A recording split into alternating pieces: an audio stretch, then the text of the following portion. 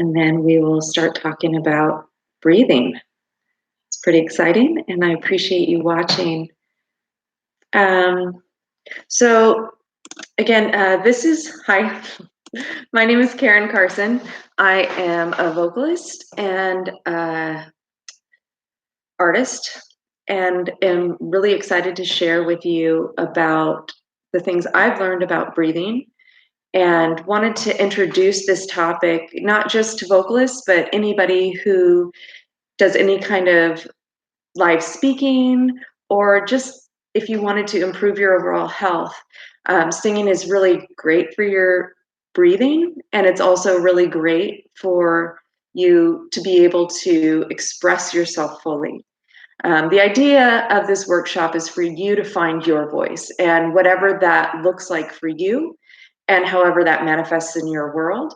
Um, I want to give you those tools, and whether it be through vocal coaching or just getting together and talking about your goals, I want to be able to customize this workshop series to answer the questions that you have and to help you create something beautiful for yourself with your voice. Um, so I'm just going to take a moment really quickly just to kind of outline what we're going to do today. So again, we're going to be getting connected to our voices without all the background tapes running that we usually hear. I know that, producing the dynamic of sound, whether you're in a small room or a large room, or if you're talking to one person versus a group, sometimes even in singing, um, utilizing that breath control really helps, excuse me, really helps you to project your sound. I know that I've had trouble over the years with really connecting to my breath, in particular with my performance.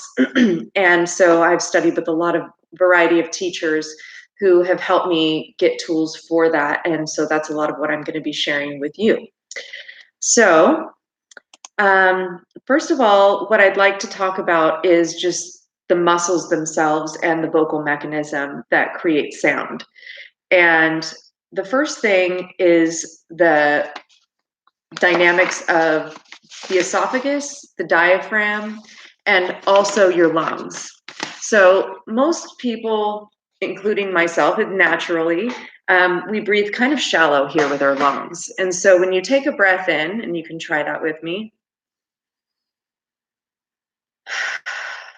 you can see the lungs fill up with air.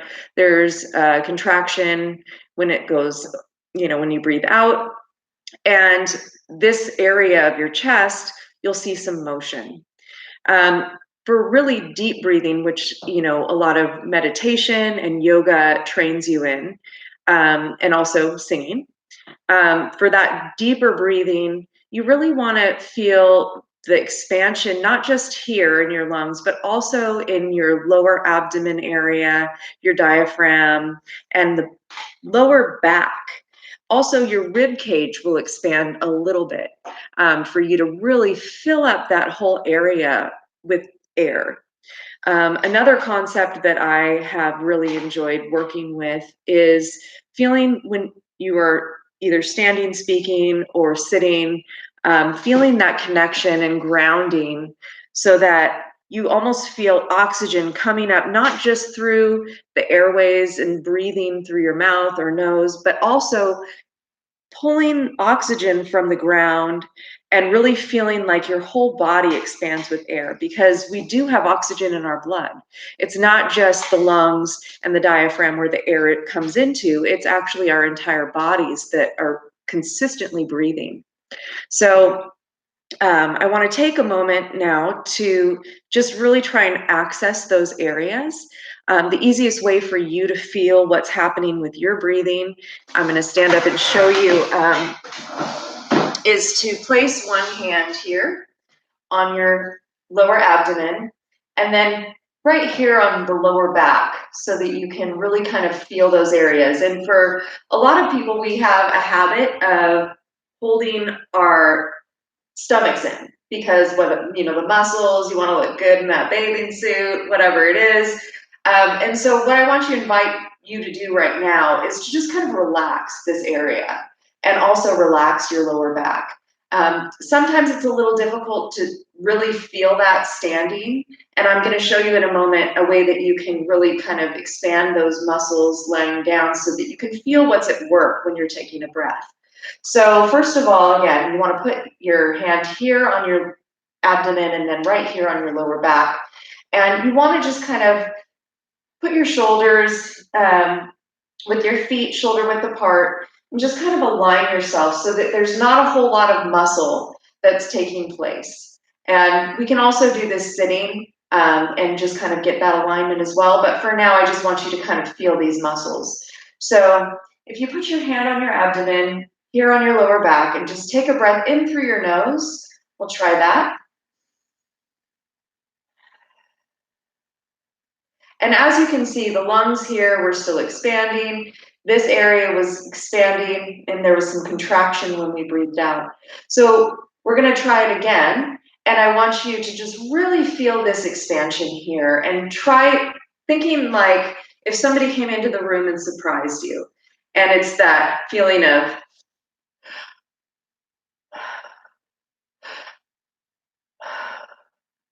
now, I don't want you to hyperventilate. So make sure that when you're doing this, you're not doing it over and over to get that feeling. Another great way, again, when you're doing it lying down, to really feel those muscles so that you don't have all this other stuff at work. So this time we're going to do it a little slower so that you can really expand these muscles here. And I'm going to go ahead and sit down here. But you want to try and limit the movement here of the chest. So we're going to do this one more time.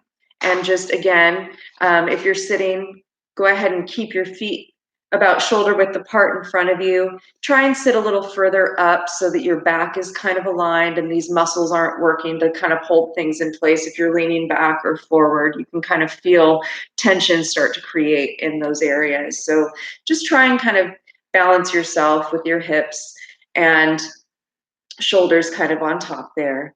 And relax these muscles here. Just let your arms kind of your sides. And again, if you want to place your hand on your abdomen and then on your lower back, you can really kind of feel these muscles at work. So we'll breathe one more time.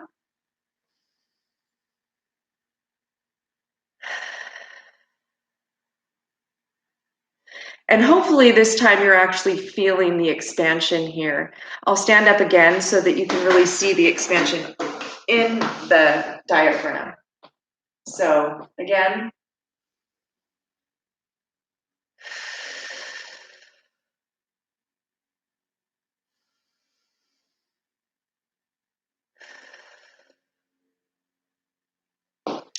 All right.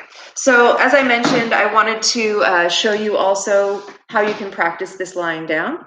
So I'm just going to tilt this down a little bit so you can kind of see, and hopefully you'll be able to see that. All right.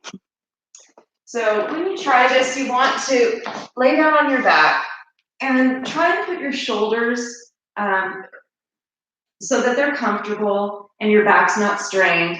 And you want to put your knees together so that you're not having any pressure here from the muscles that are holding up the legs. And then you can either put your arms down at your sides, or if it's more comfortable, you can put them over your chest here and just kind of let them hang, whether they're touching the ground or not. Try not to use any muscles to, hold them up into place. So find just that comfortable position, and then we're going to take another breath. And again, you want to breathe in through the nose and out through the mouth. And we're going to try doing it slower this time. So think of it as you're counting to 15. And we're going to fill those areas up with air, and then we're going to let them go. So go ahead and take a breath in and out. And then we're going to take that deep breath.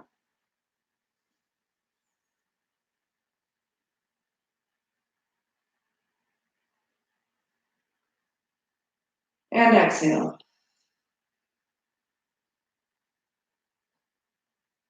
And one more time, like I said, you're really going to feel that rib cage, that lower back expansion, and you're going to feel this diaphragm expand as well, like a balloon almost. So we're going to do that one more time. Go ahead and let your air out, and then we're going to take a deep breath in, like I said, about a count of 15.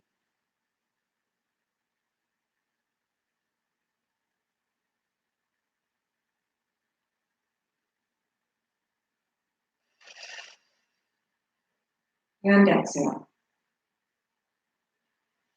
Now, if you want to, you can also put your hand right here on your diaphragm and then one hand under the back here so that you can feel what's happening in those muscles as you're laying on your back, so that your upper body and your lower body aren't working to hold these in place. You can actually relax these muscles a little bit more.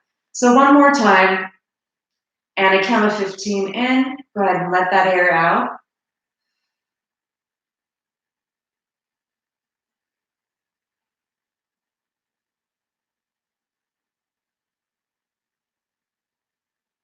And release.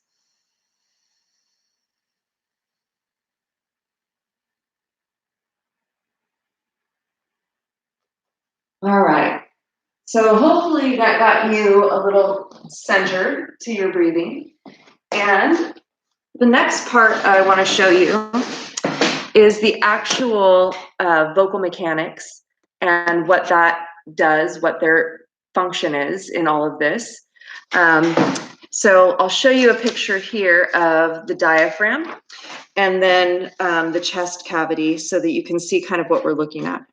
So this is the area here where, you know, the abdomen muscles, you take a deep breath in and this expands, and the abdomen muscles are able to contract so that when you release the air, there's actually some push and pull happening here so that you have control over how loud or how soft the sound is, how much power you have in your voice, and it's a really effective tool.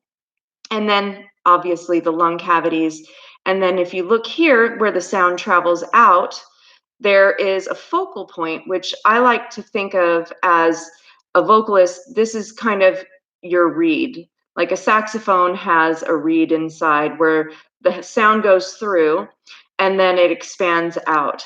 So when you're taking that breath out, when you're speaking, I like to think of the sound traveling through this here and then out into expansion, not holding the sound in here in your voice or in your mouth or the back of the throat.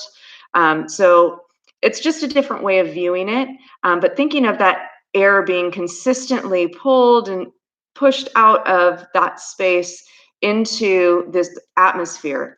And you know, babies naturally do this.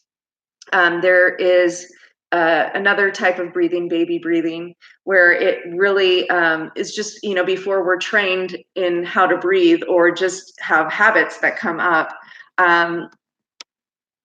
we do this deep breathing.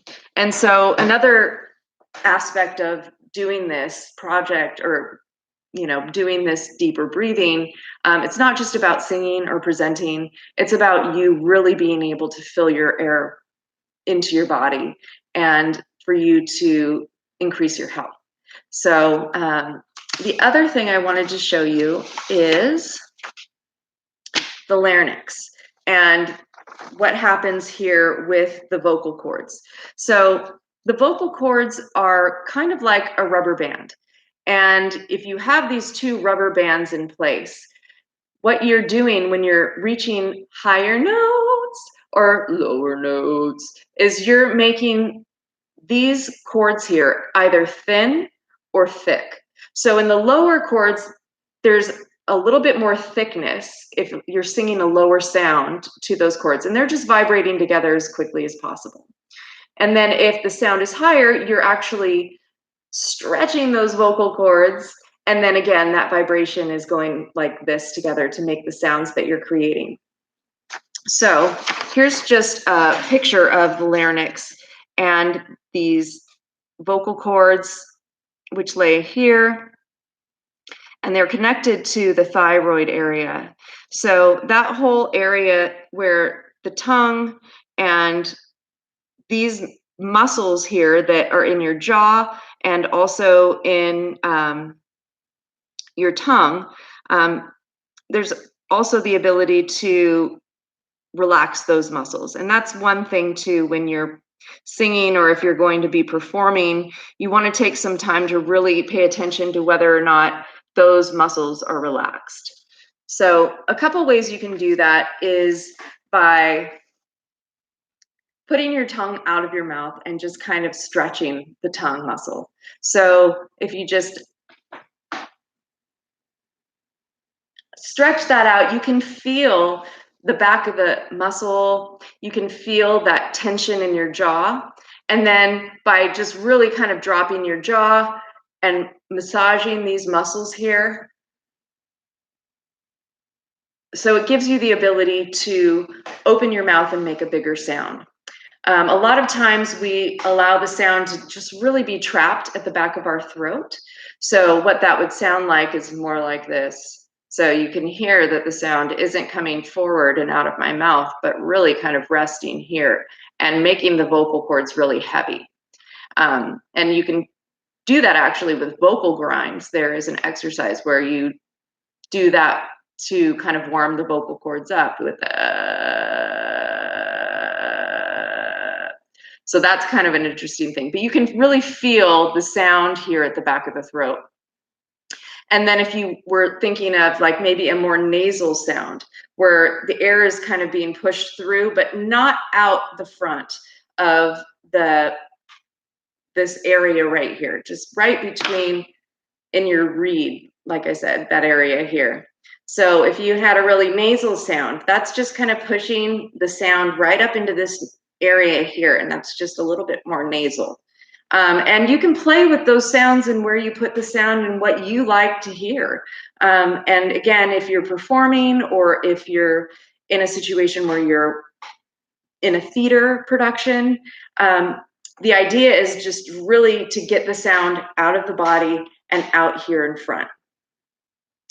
So the next thing that I want to talk about is the lower breathing muscle itself and that contraction and release that happens when you're taking a breath. So if you were coming at it from a point of view of just allowing your body to do it, you would relax and take that breath like you're surprised. That whole area will fill up with air. And then when you release it, you want to do it slowly. So we're going to do like, again, 15 seconds just on releasing the air. So you take a deep breath in, and then on a sound, we're going to go ahead and release it. So let's try that again. Take a deep breath.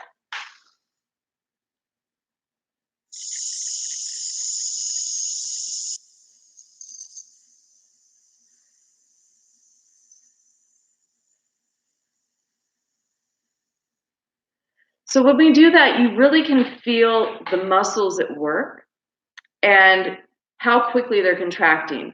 You may not have been able to keep a complete, stable stream. You may have noticed this going in and out. So that's one of the ways where you can really feel where the sound is and how it's coming out and how those muscles work to control it. So we can try that again. And what you want to feel is the air just coming in naturally, no muscles at work. And on the exhale, you can use those abdomen muscles to really control how much air goes out. And as you're kind of contracting those muscles slowly, the air will be able to move a little freer or at a more controlled pace. And this really helps when you're trying to sing longer notes, or if you have a really long phrase, or if you have a phrase that has a lot of movement inside of it. Because as you're going through these different notes, a lot of times air will escape. And so it's hard to, especially when they're, going, 16 notes at a mile a minute, you don't have always a lot of time to breathe. So phrasing is important, and being able to know how much air you're going to have ahead of time so that you don't have to worry about catching up. And by phrasing, what I mean is being able to, as a singer, or in a speech, if you're writing it out, to be able to go through and mark the areas where you're going to take a breath. And a lot of times that's helpful, especially with performance, because then you don't have to worry. You already know where it is. It's already mapped in. And those are areas where it naturally would occur. So that's one really great exercise to try if you're working on a piece of music or if you are working on a speech, to really put the phrases in to where you really like this to be heard, and then you put the breath mark in so that you're not interrupting a sentence, you're not interrupting a phrase, and again, you have enough air to make it from the beginning to the end of that phrase, and you know how much you need. Um, so we'll take another breath and on the exhale, we'll try one more time. So deep breath in and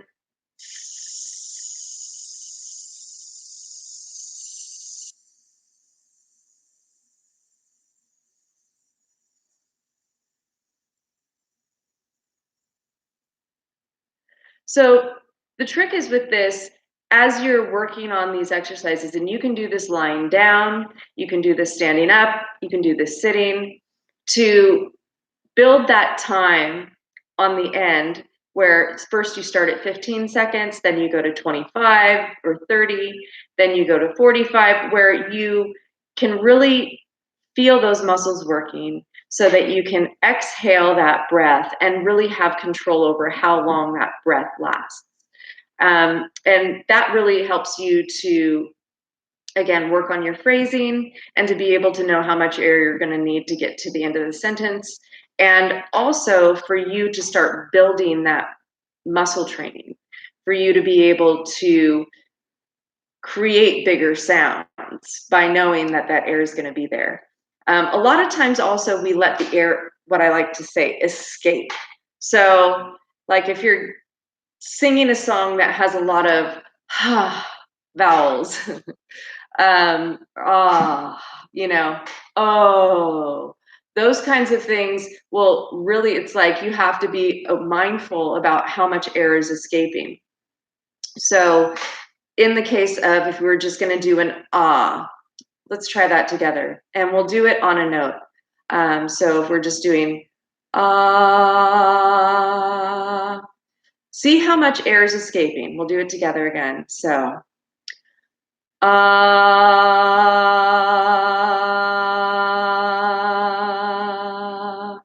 Now, if it's consistent, it'll just kind of go across there. If you feel like there's a lot of air escaping and you can't go that long, again, it's really time to check in with the abdomen muscles and see where you need to strengthen that area. I was going to be fielding questions, but it looks like there aren't many people tuned in right now. So if you have any questions about any of this, I'd love to hear them. And you can email them to KarenCarsonJazz@gmail.com, or you can send me a message on Facebook, or you can comment here, and I'll be happy to speak with you. I also offer private coaching, which I'd be happy to speak with you more about, and you can get in touch with me either of those ways. And thank you so much again for tuning in. And